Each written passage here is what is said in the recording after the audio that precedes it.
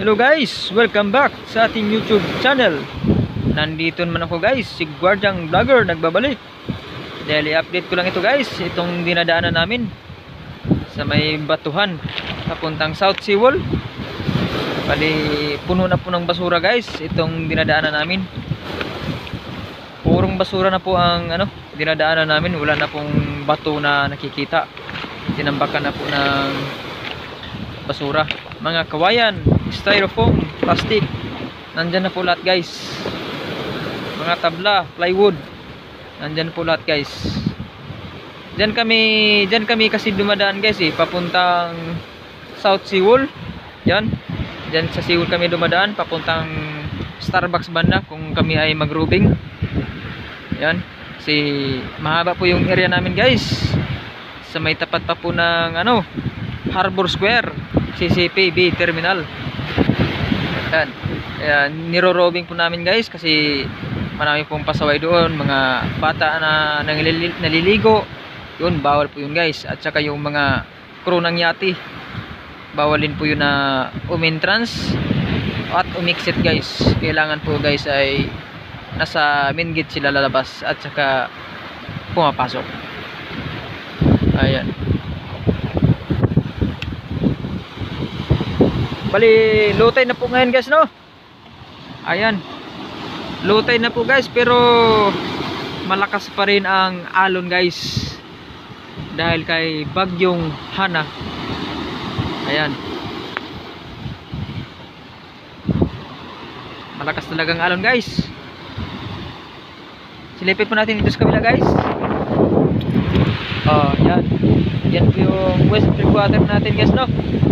Walang ganong basura dito guys. Pero pagdating dito guys, ayan, dito natin sana kaso nagabasura dito guys, ang kakapal dito. Grabe, tutok guys, isang katutak na basura guys. Ayan, yan. Okay, silipin po dito guys. Silipin po natin itong dinadaanan namin guys. Dito kami dumadaan guys. Papunta dito doon sa entrance ng guardhouse namin. Yan, mahirap ang kalagayan ng guard dito guys. Oh, yan po yung mga yate namin guys, no, na binabantayan. Low tide na low tide po. At nakikita yung mga bangka na datihang bangka na lumubog ng dragon boat. Ayan. Yan. Yan po yung dragon boat area na guys, no. Low tide na low tide talaga. Oh, mahirap talaga dito guys. Kailangan mag-ingat-ingat ka talaga pag ikaw ay pumunta rito.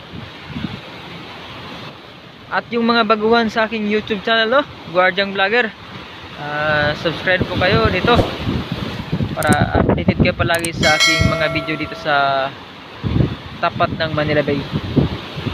Ayan, ikot-ikotin muna natin yung camera guys, no. Oh, yun, no, lakas ng alon, no. Oh, ang lakas talaga.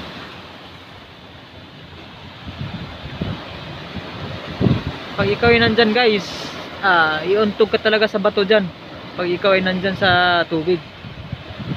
Oh, oh, lakas, oh. Iuntog ka talaga dyan pag ikaw ay nandyan, patay ka talaga guys. Oh, lakas, oh. Lakas ng alon. Grabe. Mas malakas si Hana ngayon kaysa Niguring Ayan.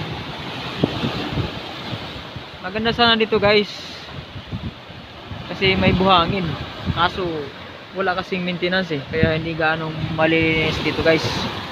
Maghintay lang po tayo guys sa sa Coast Guard na mag-clean up para mabawas-bawasan ito guys. Pero kung malakas ang alon guys, ito wash out to guys. Malakas ang alon at saka high tide, lagpas po dito sa bato. Okay guys, tama na pong nakapag-update tayo guys, no? August 31, 2023. At tutuloy po natin yung video guys. At kung bago kayo sa aking channel, please subscribe and hit the bell para updated kayo palagi sa aking mga video. Bye bye guys, God bless.